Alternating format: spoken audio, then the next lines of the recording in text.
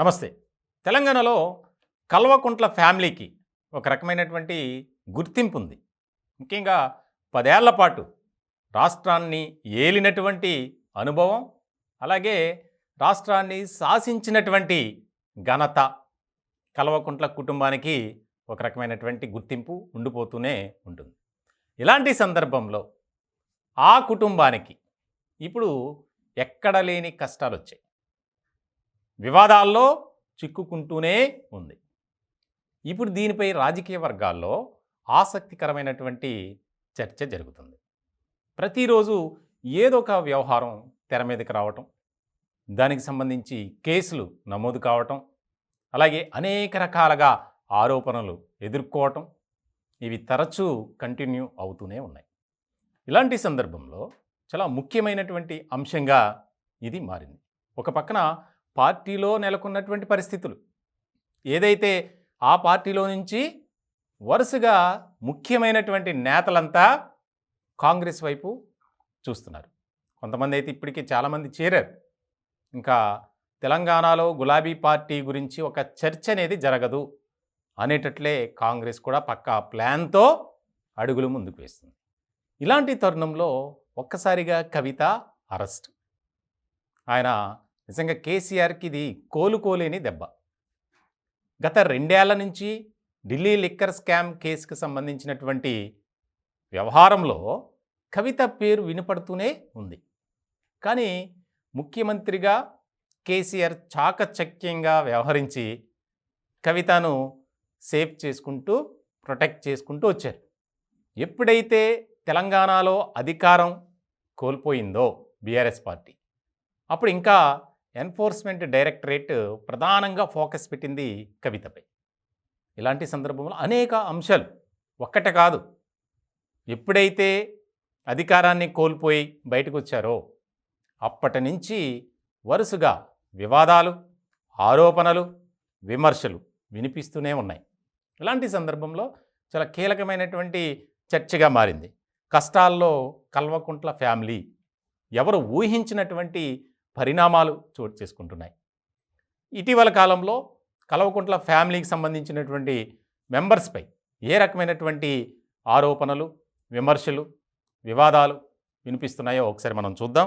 ముఖ్యంగా కాళేశ్వరం సంబంధించినటువంటి అవినీతిలో కోట్లాది రూపాయల అవినీతి జరిగింది అని ఒక రకమైనటువంటి నిర్ధారణకు వచ్చారు. ఇంకా దానిపై విచారణ జరుగుతుంది. కాళేశ్వరం అవినీతిలో కేసీఆర్, హరీష్ రావులపై తీవ్రమైనటువంటి ఆరోపణలు, అలాగే ఢిల్లీ లిక్కర్ స్కామ్లో కేసీఆర్ కుమార్తె కవిత అరెస్టు. ఢిల్లీ లిక్కర్ స్కామ్ కేసులో కేసీఆర్ బంధువు మేకా శరణ్, అతనిపై కూడా ఆరోపణలు. ఈ శరణ్ కవితకు మేనల్లుడు, వారి కుటుంబంలోనే వ్యక్తి.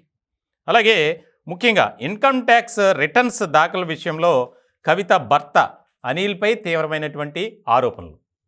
ఐటీ డిపార్ట్మెంట్ కూడా విచారణ చేస్తుంది. అలాగే ఢిల్లీ లిక్కర్ స్కామ్ కేసులో అనిల్ కూడా చాలా కీలకంగా వ్యవహరించారు. ఏదైతే ఆప్కి 100 కోట్ల ముడుపులు వెళ్ళాయో ఆ విషయంలో అనిల్ బ్యాంక్ ఖాతా నుంచి కూడా కొంత దారి మళ్ళినట్లు, ముఖ్యంగా అక్కడి నుంచి ట్రాన్స్ఫర్ అయినట్లు, ఈయన కొంత నగదును ఢిల్లీకి తీసుకెళ్ళి ఇచ్చినట్లు ఆయనపై కూడా ఆరోపణలు వినిపిస్తున్నాయి. దీనికి సంబంధించి ఎన్ఫోర్స్మెంట్ డైరెక్టరేట్ అధికారులు ఇప్పటికే నోటీసులు జారీ చేశారు విచారణకు రమ్మని. ఇటువంటి సందర్భంలో కవిత భర్త అనిల్పై కూడా తీవ్రమైనటువంటి ఆరోపణలు. ఫార్ములా ఈ రేస్ వ్యవహారంలో కేటీఆర్పై తీవ్రమైనటువంటి ఆరోపణలు. దీనికి సంబంధించి నిధులు కోట్లాది రూపాయలు ఆయన చెబితేనే ఇచ్చాయని చెప్పి ఒక ఐఏఎస్ అధికారి చెప్పడం, దానికి సంబంధించి ఇంకా ఇన్వెస్టిగేషన్ అనేది నడుస్తుంది. ఆ వ్యవహారంలో కూడా కేటీఆర్కు కొన్ని ప్రతికూల పరిస్థితులు వచ్చే అవకాశాలు అయితే స్పష్టంగా కనిపిస్తున్నాయి. ఇక outer ring road toll gate lease విషయంలో కేసీఆర్, కేటీఆర్పై ఆరోపణలు. అక్కడ కూడా కోట్లాది రూపాయలు ముడుపులు తీసుకొని ఈ లీజ్ వ్యవహారంలో తండ్రి కొడుకులు కీలకంగా వ్యవహరించారు అనేది బాగా వినిపిస్తుంది. ఇంకా మరొక విషయం కీలకమైంది, భూ కబ్జా కేసులో కేసీఆర్ అన్న కొడుకు భూ కబ్జా కేసులో అరెస్ట్. ఇదొక వివాదం. ఇప్పుడు తాజాగా కేసీఆర్కి చాలా సమీప బంధువు. ఒక రకంగా చెప్పాలంటే కేటీఆర్ తర్వాత షాడో సీఎం లాగా ఎంపీ జోగినపల్లి సంతోష్ వ్యవహరించారు. అప్పట్లో ముఖ్యమంత్రిగా వ్యవహరించినటువంటి కల్వకుంట్ల చంద్రశేఖరరావు ఆయన వ్యవహారాలన్నీ ఈ సంతోషే చూసేవాడు. ఇప్పుడు ఇతనిపై భూ కబ్జా కేసులు, ఇలా ముఖ్యమైనటువంటి వ్యక్తులపై కేసులు నమోదు, కొంతమంది అరెస్టులు. అలాగే పార్టీలో ఉన్నటువంటి వారు కొంతమంది కేసీఆర్కి సమీప బంధువులపై కూడా కేసులు నమోదయ్యాయి.